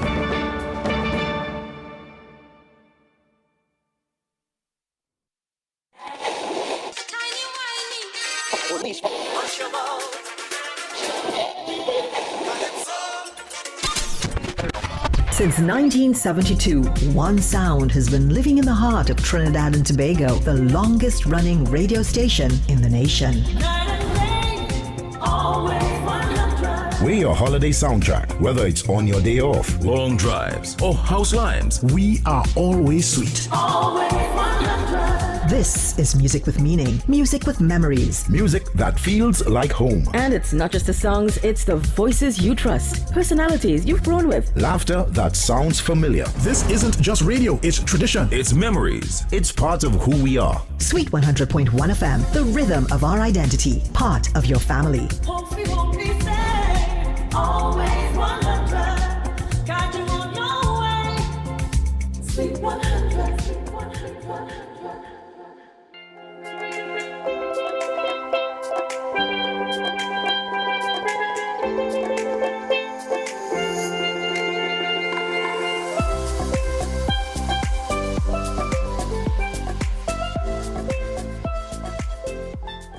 For many families, getting children ready for a new school term can come with a real financial strain, and one local entertainer is using his platform to help ease some of that burden. College boy Jesse Stewart is expanding his work beyond music through the Lennox Stewart Foundation with a back-to-school drive aimed at really supporting children and families ahead of the new academic year. And he's also heading back to Tobago Carnival as Frenzy Mass prepares for its second year on the road. Well, he's with us this morning to talk all about giving back, the story behind the foundation, and what he has planned for Tobago Carnival 2026. Good morning, Jesse. How are you? Bless, man. Good morning. Good morning. Good to have you here. Thank you for having me. People know you as an artist, but now we're seeing another side of you through this Lennox Stewart Foundation. Tell us about the foundation and who is Lennox Stewart? Lennox Stewart, firstly, was my father. He passed away in 2021. So we decided to create the foundation in his honor to basically, carry on his legacy of the things that he used to do. He was an educator, he was a national athlete, he represented us, and he has always given back to the community and to people across the world throughout the years, using his work, in philanthropy. So as he passed, we created the foundation in his name, and we decided to continue to do things to help families, help the younger ones, especially in youth development, because that was something that he was very passionate about. Let's talk about the back to school drive now. It's one of the projects that you're working on currently. Yes. What exactly are you hoping to provide and who are you hoping to reach? Well, previously the foundation have done work with supporting those with sporting equipment and that type of thing, and this time around, seeing that, Daddy was also an educator, we wanted to help those who are affected with, can't afford school books, can't afford backpacks, the basic needs to go to school and learn, especially, in our community, there's a need. So we decided to, within ourselves in the foundation, our directors reach out to our direct network, which is our friends and families, and we say, you know what, let's see how much more families that we can help, those in need. So right now, the objective is to reach to more homes, more families, more people who want to get on board with us to help, facilitate the need. What kind of support do you need, and how can people reach out to help? You can contact 723-8164 or 739-1361. Send us an email also at foundation@lennoxstewart@gmail.com, and we're reaching out to those. As simple. They're going to buy books for your kids. Just buy an extra copybook, for someone who in need, and we would take care of the rest. So school books, stationery, backpacks, notebooks if you can, those type. And do you see the Lennox Stewart Foundation growing beyond this drive? Yeah, definitely. It's something that, we continuously going to do. This particular concept was one that my sister came up with. She decided that this year, before we would have done 5K events and other things, and she felt like there's a need, with the back to school drive, and it's something that we should jump on board with. So I feel like moving forward around this time of year is something that we would definitely continue. Yeah. Let's switch gears now. Let's talk a little bit about you and Carnival and Frenzy Mass.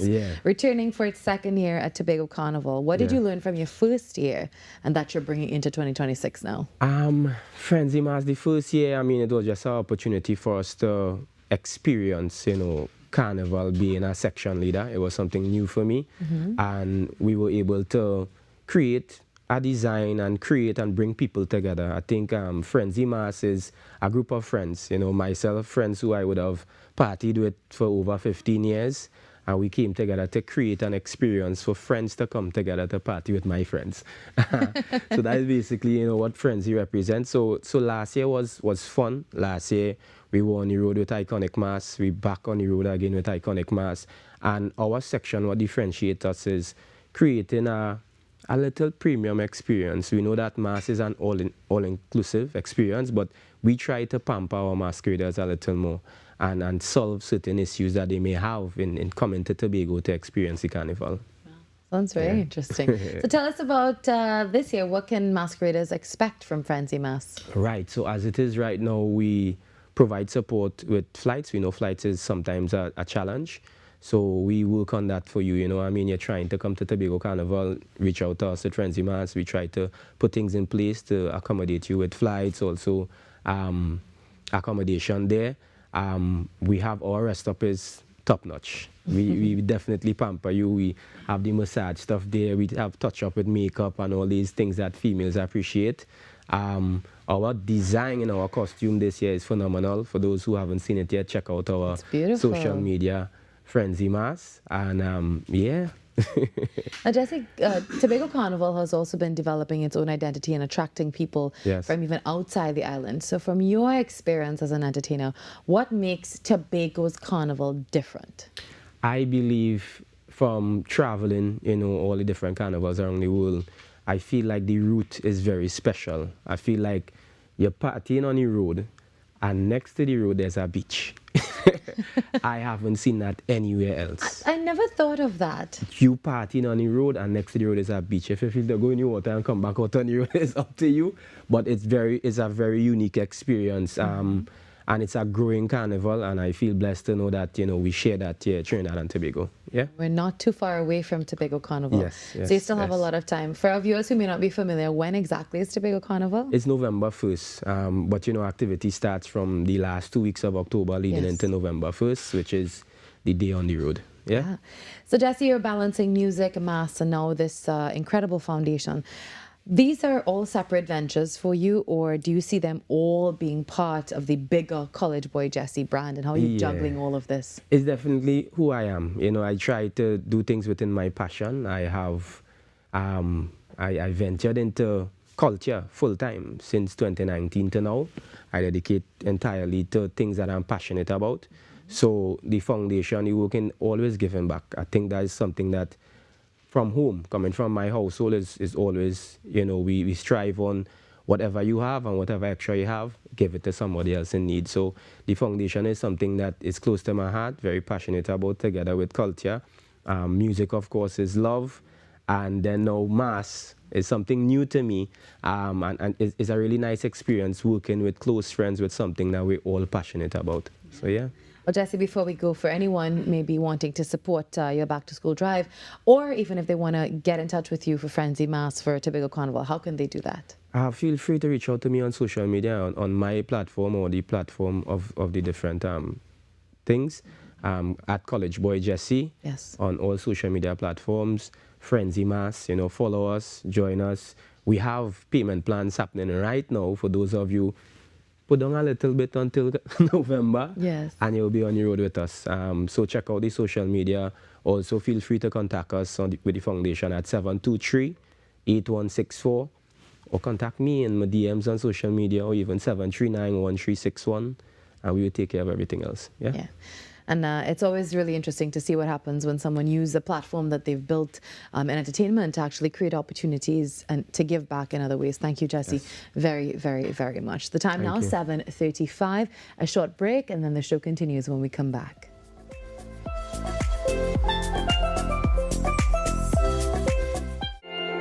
Attention viewers in Trinidad and Tobago. The Truth of God now airs on the TTT network every Sunday morning at 7 a.m.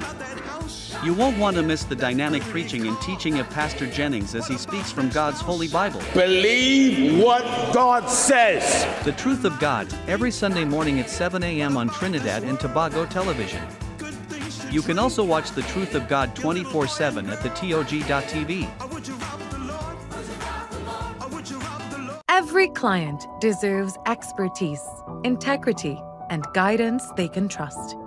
At Camino Realty International, we deliver integrated real estate solutions, sales, rentals, property management, and project development.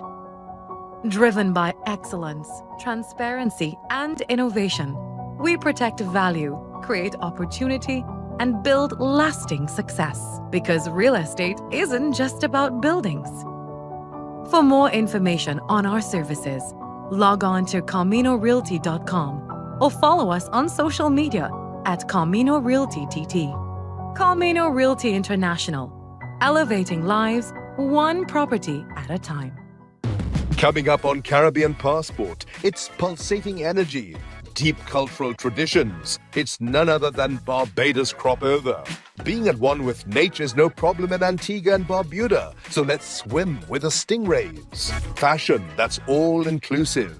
And Caribbean tourism is at the forefront in Guyana. Be viewing Caribbean Passport as we explore the beauty of our region, right here on this station.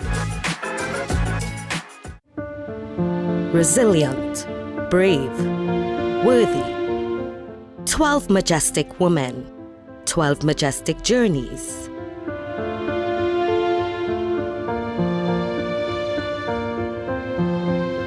Majestic Makeover Season 3, coming soon to TTT and TTT Live Online. Majestic Makeover Season 3 is powered by The Mother Church of the Anglican Diocese suffered significant damage during the earthquake of 2018. Efforts are underway to raise funds to restore this national heritage site. You are invited to make your donations with monthly deposits at any branch of the First Citizens Bank, account number 2696950, Marval Road Branch, in the name of the Incorporated Trustees of the Anglican Holy Trinity Cathedral Restoration. TTT News, every night at 7. TTT News, committed, accurate, relevant.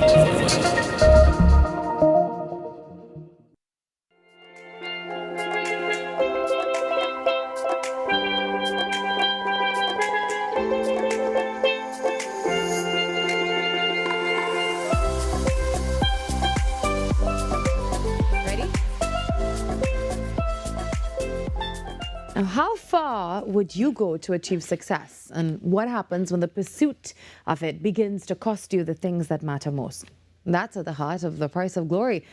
From latest production from Crossworthy Productions, exploring ambition, sacrifice, and family and faith through the story of a family forced to rediscover what truly matters when life begins to fall apart. And this production takes the stage for 3 shows at the Central Bank Auditorium from August 14th to the 16th. And joining us now, we have the writer and director, Jameek Michael Brown, and also Michaela Job, who plays Tiffany in this one. Good morning and welcome to you both. Good morning. Good morning. So tell us about The Price of Glory as a title, Jameek, without giving too much away. What is the story about?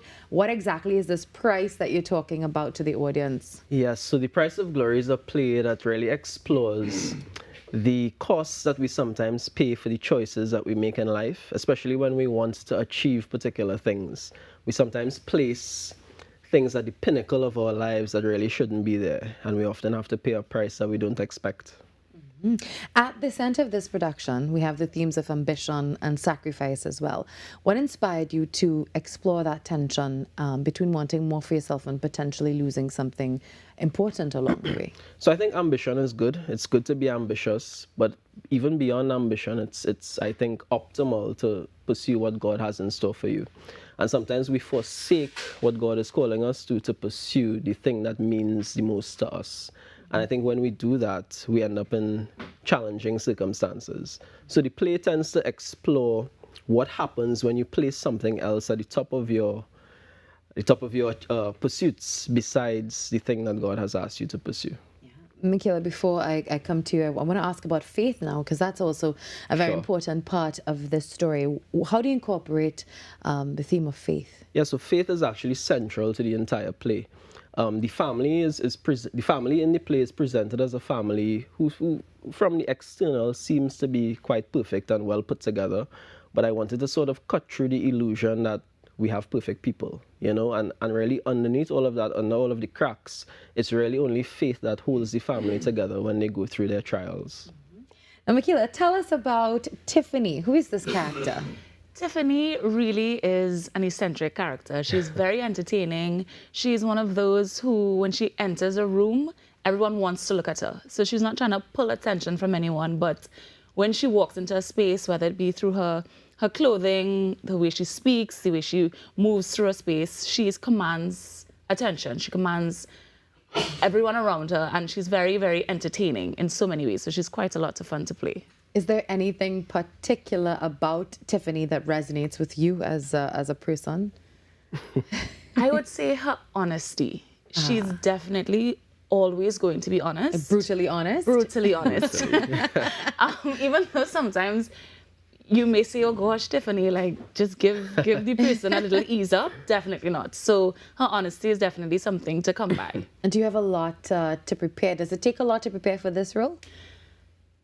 I would say yes, because she does certain things that are very different to me. And so when I do certain movements, so I say certain words, I cringe inside because I'm like, oh, I would never say that.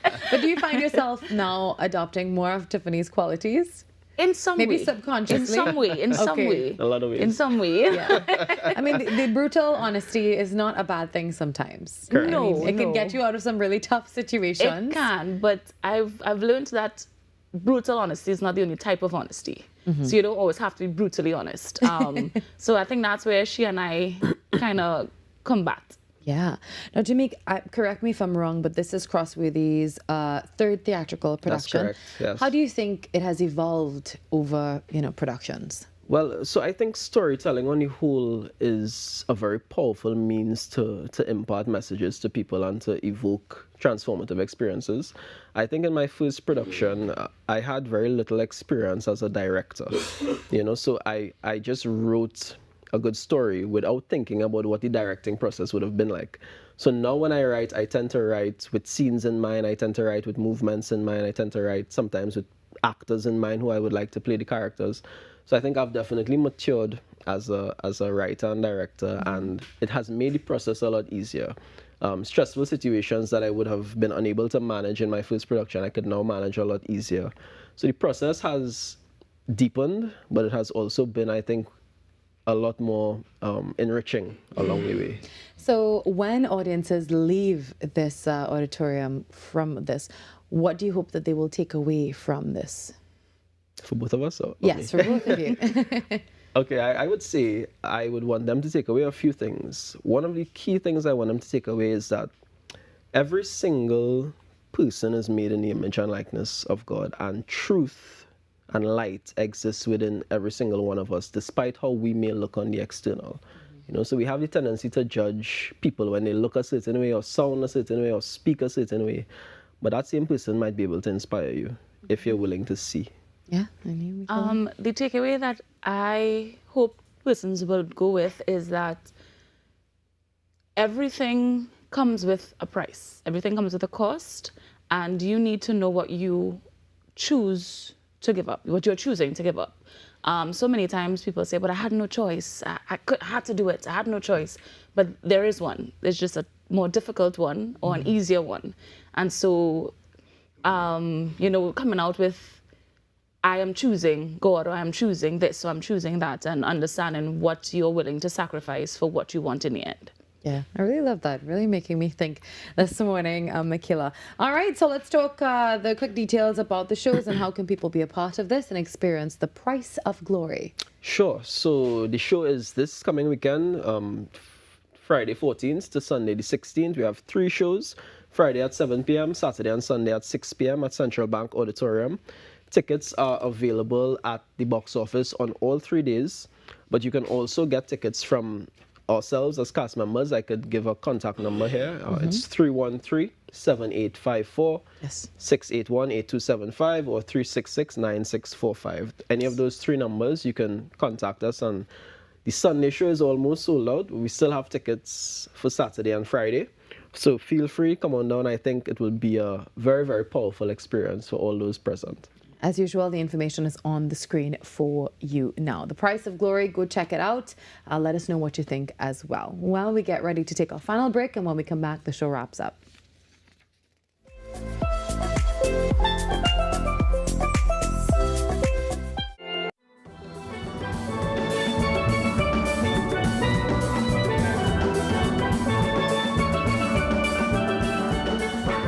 Steel pan was born in Trinidad and Tobago. After African drumming was banned by the British colonial government in the 1880s, the Afro-Trinidadian people began to use bamboo as an alternative, which became known as tambu bamboo.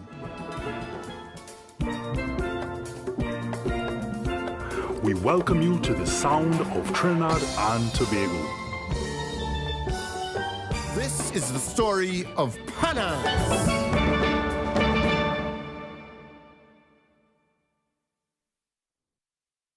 Coming up on Caribbean Passport, it's pulsating energy, deep cultural traditions. It's none other than Barbados crop over.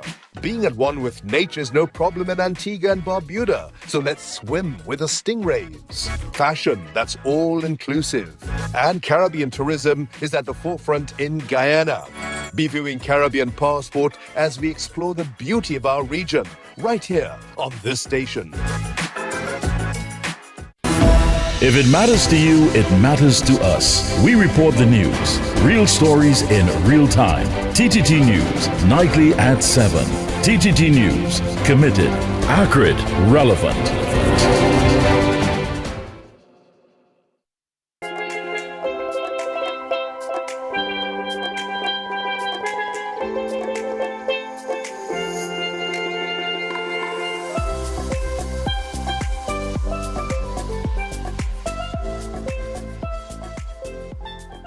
For more than 6 decades, Naparima Bowl has been part of the cultural heartbeat of South Trinidad, a stage where generations of performers and musicians and creatives have shared their talent. Now the institution is bringing together fitness, culture and community with its inaugural Naparima Bowl 5K Fitness Fest in collaboration with the Ministry of Culture and Community Development.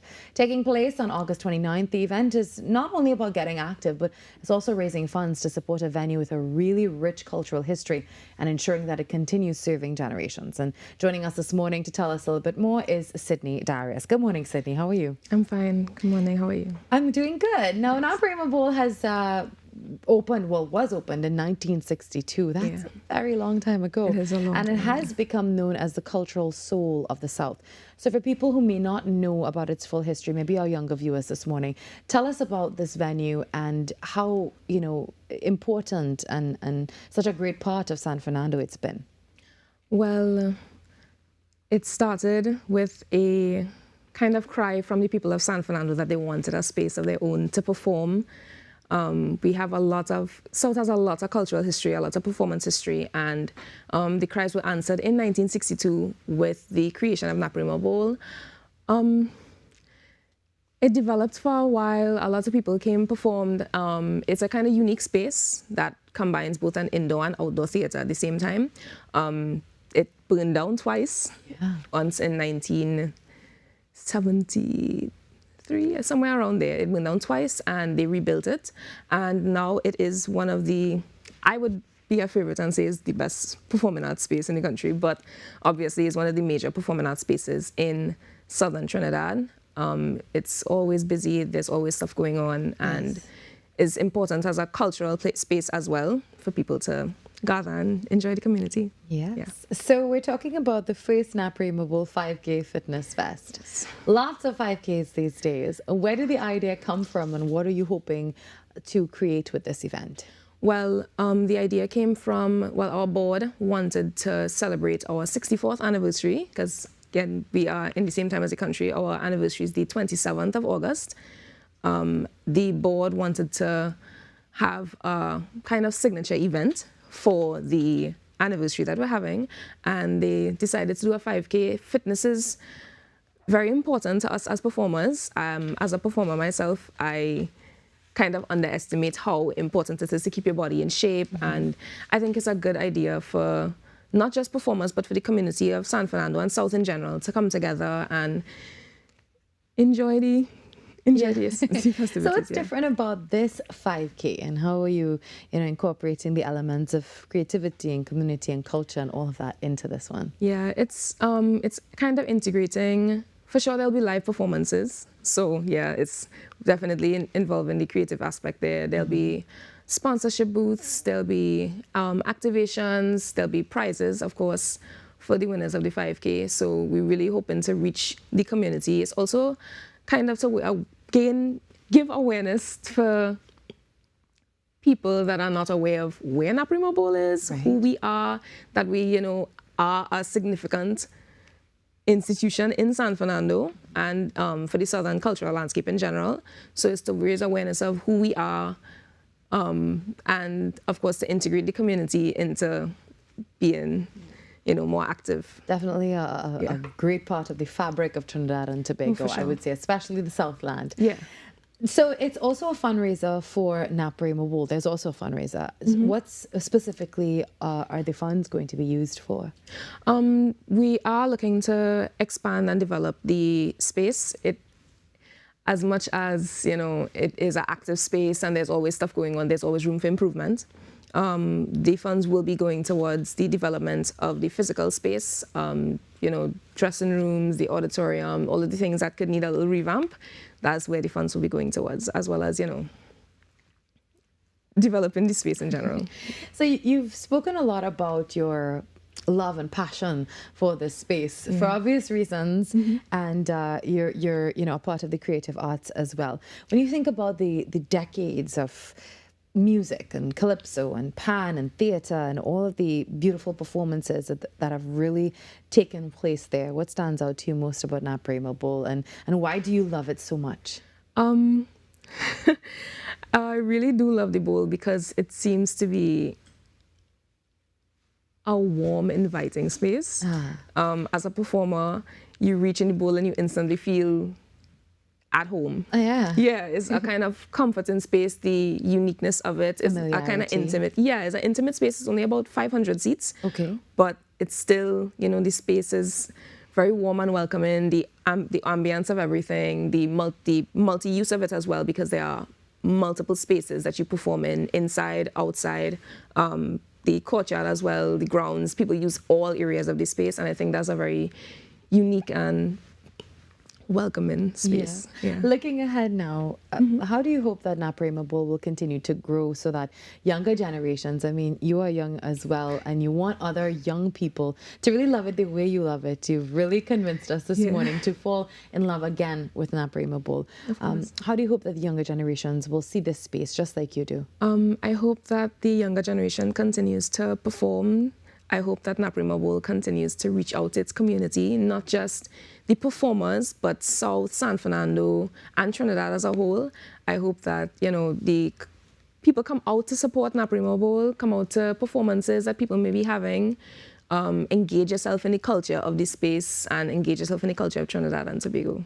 So let's talk about the 5K once again. Give us all the details now. How can we be a part of this? When is it happening? And all, everything that's going on at this 5K Fitness Fest. The 5K Fitness Fest is definitely going to be a new experience for Naprimo Bowl.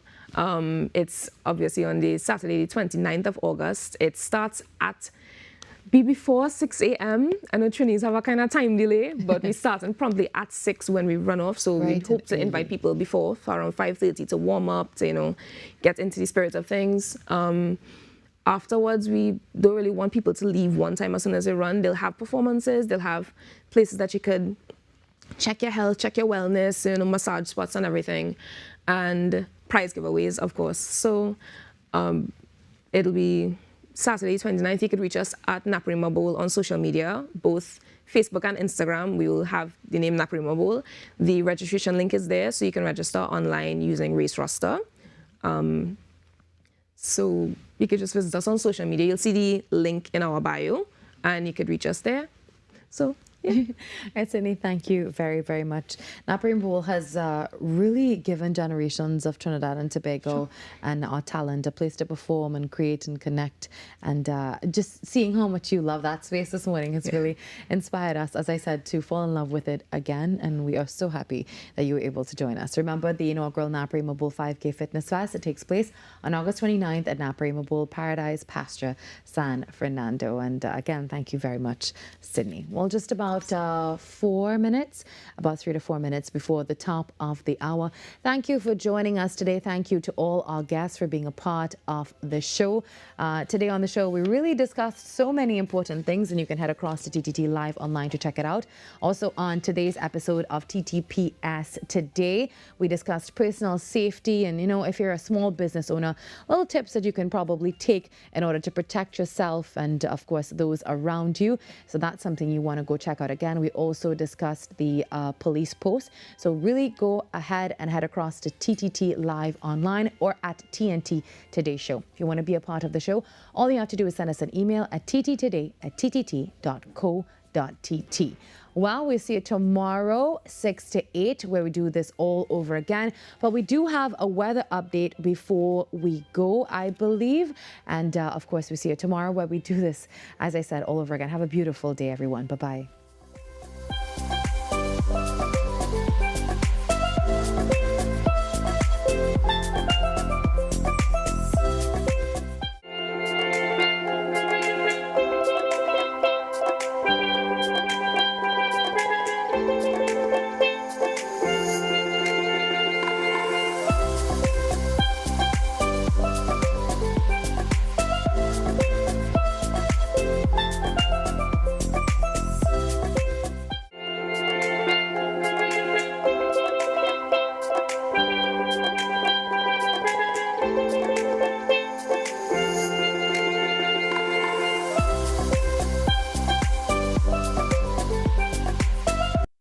Why is Talk City 91.1 FM the leading talk station in Trinidad and Tobago? Because nobody delivers conversations like we do. Start your mornings with Ground Report. Andy Pitbull Williams, Lennox Smith, and Nigel Snipes setting the agenda from 6 to 9 a.m. Then it's Off the Record with Stefan Reese and Mr. X, Fearless Talk, and the issues everybody's discussing. Stay connected with Sharon. Take it front with Officer Shabadi. Go beyond limits with Roland Stewart. Drive home with Heavy Duty and David Welch on Under the Radar. And wrap up your day with Kingsley and OB on The Wrap Up. Real talk, real people, real Trinidad and Tobago. Listen live on Talk City 91.1 FM and follow us on social media, Facebook, Instagram, and YouTube. Talk City 91.1 FM, the #1 talk station in Trinidad and Tobago.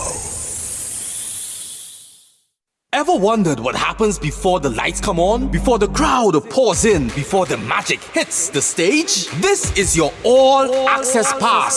Sneak Peek with Junior K takes you behind the scenes of the biggest cultural moments and the hottest events across TNT. From the sound checks to the stage setups, from final rehearsals to exclusive interviews. If it's about to be big, we're already there. Catch Sneak Peek airing daily on TTT and relive every moment on all our social media platforms. Sneak Peek with Junior K, where the story starts before the spotlight.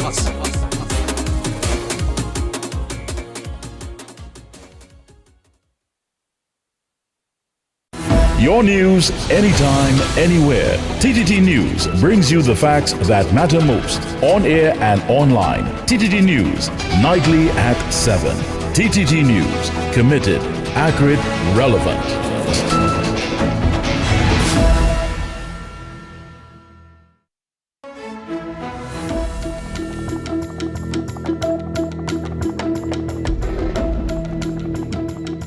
Good morning. This is your TTT News Update. I'm Carrie Roberts. Making the news at this time.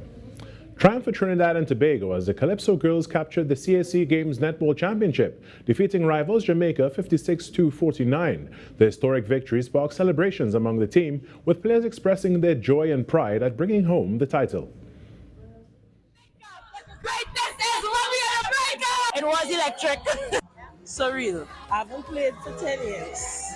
So I just wanted to be a legend for my daughters, for the kids who are coached from a community, but they are inspiration for them to let them know that country girls could do it no matter what, especially at 40 years. Excited. Epic. Coming off their exciting championship victory, head coach Lizelle Johnson credited the team's success to their composure and discipline. And they believe in each other, right? It allows the group to be stronger. They work past whatever obstacles were placed before them, and they were also able to stick to the goal at hand. The win, however, was not without its moments of fun as the team displayed a relaxed yet focused mindset and remained committed to what they needed to do. And Coach Lizelle Johnson believes the way forward is inspiring more young people to take up netball, building on the momentum generated by the team's championship success. In some crime news now, police have seized more than $1.5 million worth of cannabis and a quantity of ammunition during an anti-crime operation in northeastern Trinidad. The discovery was made during an Operation Resolute exercise conducted between 4 a.m. and 8 a.m. on Sunday in the Matlot Police District. Officers from the Matlot Police Station, Eastern Division Task Force and K9 Unit searched an area near the Grand Riviere Public Cemetery where they found several black plastic bags containing 53 kilograms of cannabis with an estimated street value of $1.53 million. Police also recovered 20 rounds of 9mm ammunition. The drugs and ammunition were seized and investigations are continuing. The exercise was coordinated by senior officers from the Eastern Division and the Matlot Police District. And police have arrested 5 suspects in connection with a home invasion and robbery in South Trinidad, during which cash, jewelry, and electronic devices were stolen. According to police, a man and his mother were at home when 3 masked men entered the residence and robbed them of cash, jewelry, bank cards, and mobile phones before escaping in a Toyota Aqua. Investigators later reviewed CCTV footage and identified a black Nissan Kicks traveling in convoy with the getaway vehicle. A description of both vehicles was circulated to units in the area. Officers of the Highway Patrol Unit subsequently intercepted the Nissan Kicks near the Gasparilla overpass. During a search, police recovered jewelry and cellular phones belonging to the victims. The driver, a 23-year-old member of the Trinidad and Tobago Defense Force, was arrested, and further inquiries led to the detention of 4 additional suspects from Pinal and Port of Spain. Police say investigations are continuing. And in sport, FIFA has strongly rejected allegations involving its president Gianni Infantino, describing the claims as part of a concerted effort to undermine both the organization and its leadership.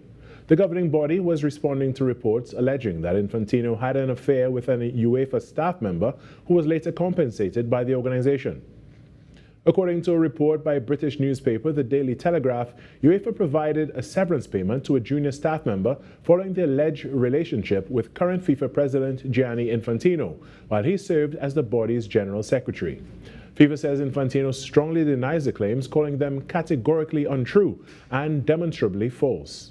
UEFA says it has lost confidence in him, and Norway's federation president has called for his resignation. But Infantino has strong backing elsewhere from CONCACAF's Mexican Federation, CONMEBOL, and all 54 African football nations. And that was the OTT News Update. I'm Carrie Roberts. From all of us here, have a wonderful day.